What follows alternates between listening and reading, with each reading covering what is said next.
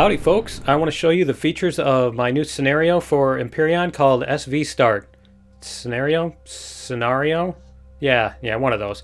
So anyway, SV Start puts the survival back into galactic survival. This scenario starts with you standing near your crashed and broken SV. You can choose one of the 4 planets to start on. There is snow and arid, swamp, and temperate planets. The toughest starter planet, Snow, has you dealing with radiation and extreme temperatures and oxygen and food. And the whole time you're being chased around by or fighting off wildlife, drones, and a patrol vessel.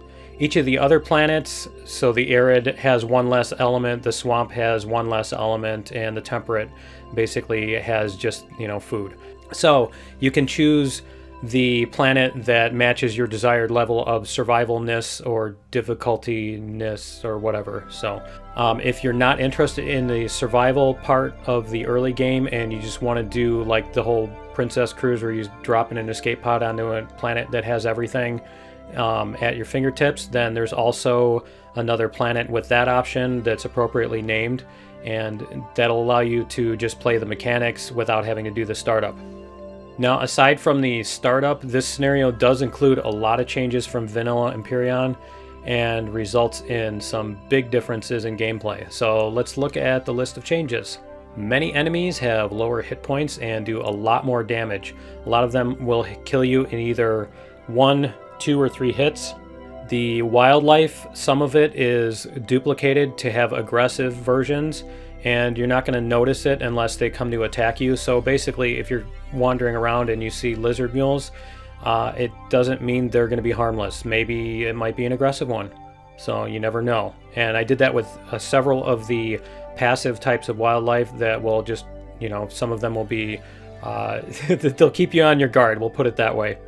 Next is that the drilling with the drone has been disabled because, in my opinion, it's just as much of an exploit as like if you were to just put your gun on your drone and fly around with your drone. You're not putting yourself at risk to go do stuff. So when you're drilling out holes, you have to actually get down there on the ground and watch your back while you're doing it. You can't just stand on top of a ship and do it.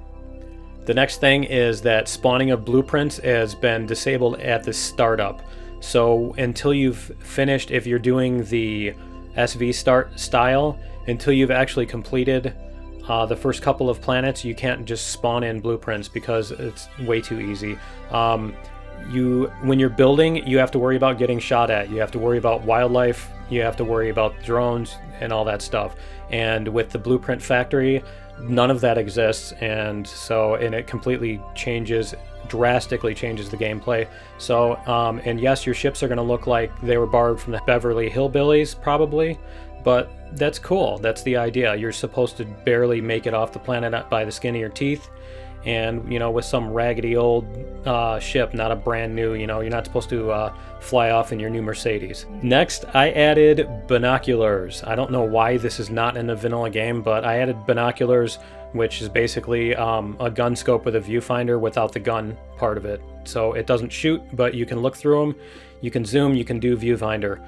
These are pretty cheap because they should pretty much be a starting item, so they're pretty cheap to produce too. So you can find them and you can use them whenever you like.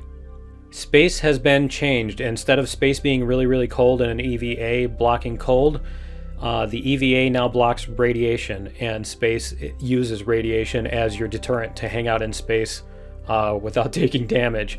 So basically, without an EVA, you get about 30 seconds before you start taking damage, and you get the first radiation status effect.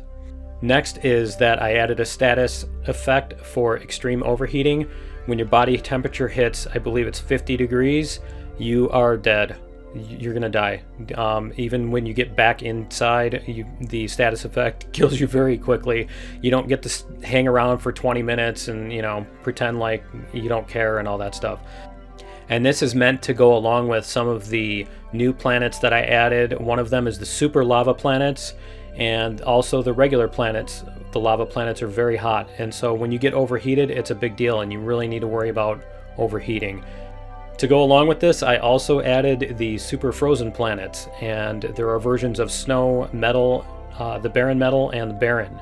planets. So those 3 types they have super frozen. So on those planets, you're going to need the heavy armor with 4 of the boosters, 4 of the temperature boosters, in order to be able to walk outside and not freeze.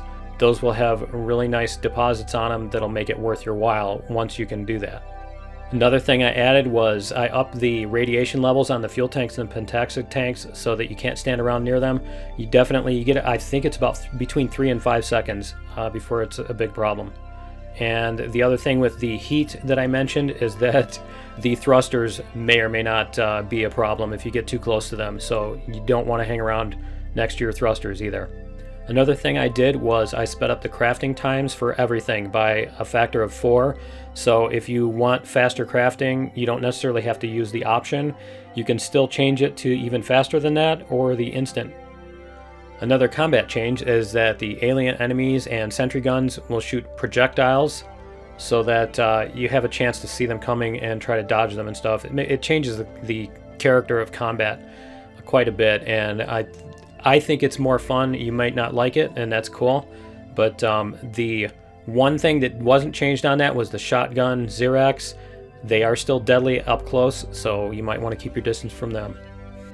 I also added a Salvage Stun Gun item that you can pick up from the stun drones on the starter planets. This thing has a limited number of repairs, and it also has unlimited ammo, but it only has a few uses before it breaks. And it's random, so you don't know when it's going to break, which adds to the fun, right? The tech tree has been replaced with material gating. So in order to craft something, you need the materials that are required to craft that. So instead of a level 10 item requiring you to pick some number of plants, a level 10 item will require you to have a certain element, such as Zascosium or a Restrum.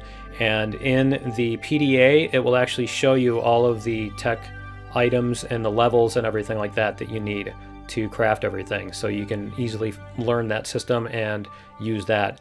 So there's no more grinding on XP, and basically the XP aren't used for anything in the game. So you're basically maxed out at the beginning. And like I said, in order to build something, you have to go find the resource. I also made some miscellaneous changes to crafting and item recipes. Water is used in the cement recipe. The CV warp requires some Xeno substrate. The wood blocks and the doors have been changed so that the wood blocks are not airtight. If you want to build an airtight base, don't use wood. And the doors are all airtight. The interior doors are now airtight. The CV turrets for multi-tool and drill are now usable on the planets. Once you're able to build those, you're powerful enough to do all kinds of stuff anyway. I don't think it makes those overpowered, so I just enabled those. If I get a lot of feedback that that's way too overpowered and people don't want that, then I can turn it back off for the scenario. The last big change is that I modified the boosters. And so, as I mentioned, the EVA now blocks radiation instead of temperature, so you might want to keep that in mind when you're going to a cold planet, not to put an EVA on. The insulation booster now blocks 50 degrees per insulation booster, so you can block up to 200 degrees with 4 of them in a heavy armor. So you can go up to about plus or minus 250 degrees in relative comfort with those. And last, I tweaked the jetpack so that you get a little bit more jetpack time. On some of the lighter gravity planets, you can practically just float indefinitely, which is kind of cool. And you need to have all of them in, but you can still, when you dedicate all of your stuff to jetpacks, you can really do a lot more useful stuff with them. But anyway, that's pretty much the gist of the SV Start scenario. Like I said, it's available on the Steam Workshop. You're welcome to download it. I have not tried it with multiplayer. I'm guessing that it would work well with multiplayer, but if you try it out, let me know what you think of the multiplayer experience. If you try it out in single player, let me know what you think of it there too. But anyway, that's the scenario, and I hope you guys enjoy. And if you want to see it being played, there is a link to the playlist where I'm doing that for my Season 13 Let's Play series. I'm using this scenario. So anyway, that's going to be it for this video. I hope you guys enjoy the scenario and or the series, and we'll see you next time. Later.